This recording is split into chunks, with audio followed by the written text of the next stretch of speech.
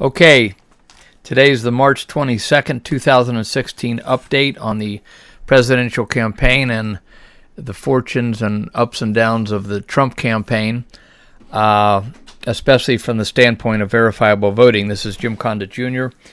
And believe it or not, today is the Utah caucus and the Arizona primary, and I think the Idaho primary. Believe it or not, in Utah today, the Utah caucus, they're rolling out a 15-year-old plan for the first time, as far as I know, a George Soros-backed plan for riggable internet voting, where the goal is to introduce internet voting and eventually have everyone voting from home on the internet. In year 2000, June, thanks to Brent Bolesky, a world-class researcher of the International Voters Coalition in Canada, he told us about a George Soros-backed gathering in Athens, Greece, back on June 21st, 2000. And I guess they were doing that because Greece was the birthplace of democracy, where everyone went into the town square and voted, but they could see who was voting how in that system. The massive gathering in Athens was devoted to foisting internet voting, that's totally riggable internet voting, on the USA and on the world.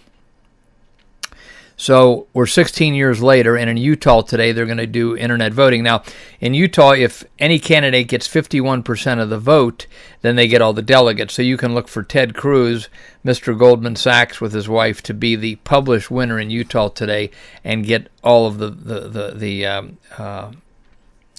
delegates.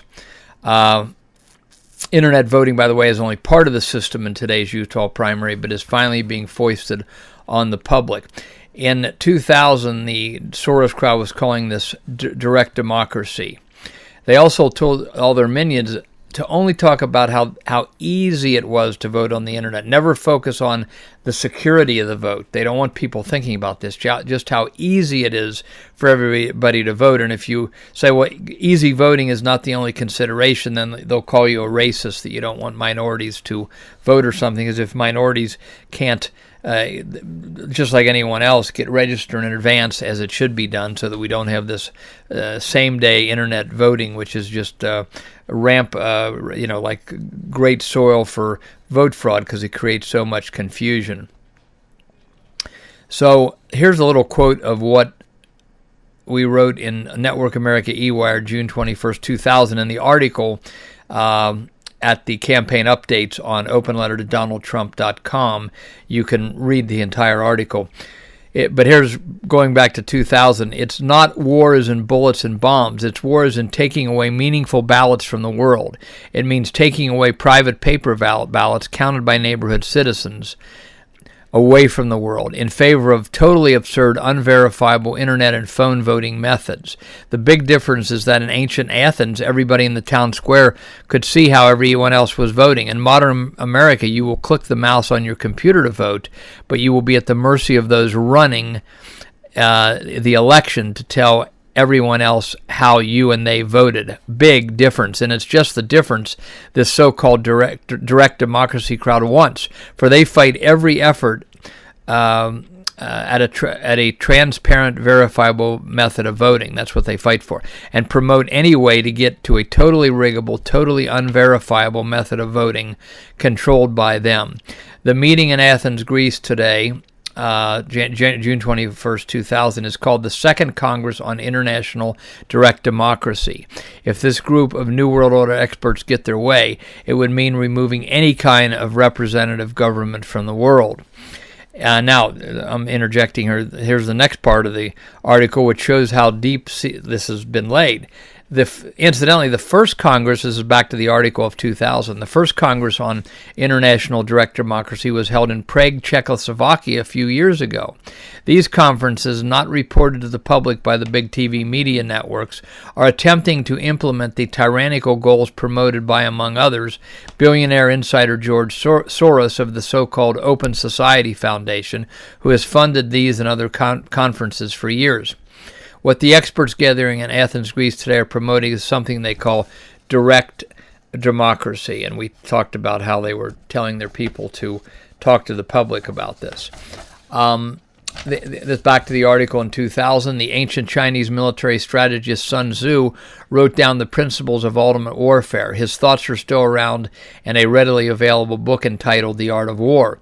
One of his main points is that the most effective war is when the other side is defeated without ever realizing that there was a war. This is what has happened to the people of the United States. I'm talking myself now again.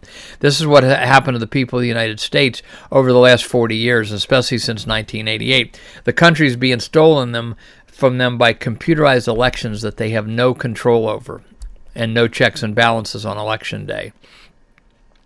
So, the other big primary today you can read that whole article at the campaign updates at openlettertodonaldtrump.com. The other big event, of course, or the biggest event maybe, is the Arizona primary, and they cheated Pat Buchanan mercilessly in Arizona in 1996, and Trump has got to watch out for that today. It's run by a very tightly knit group of people, some people saying going back to the founding of Arizona, a few families.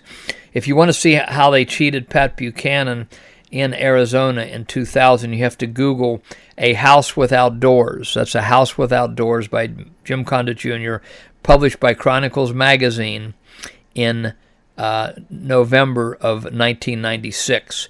That is on the website votefraud.org, which you can find that and a lot of other important essential articles going down the right-hand side of the homepage. Again, that article is A House Without Doors. So we'll see what happens as we have several people in the Republican Party admitting that they cheated Ron Paul at the convention and by changing the rules in 2000.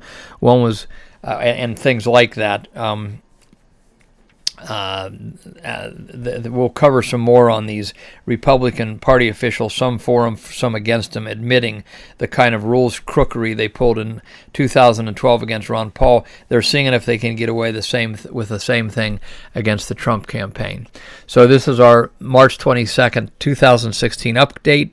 This is Jim Condit Jr., and again, you can see the whole article on this at Campaign Updates menu tab at openlettertodonaldtrump.com. This is Jim Condit Jr. Thank you very much for listening.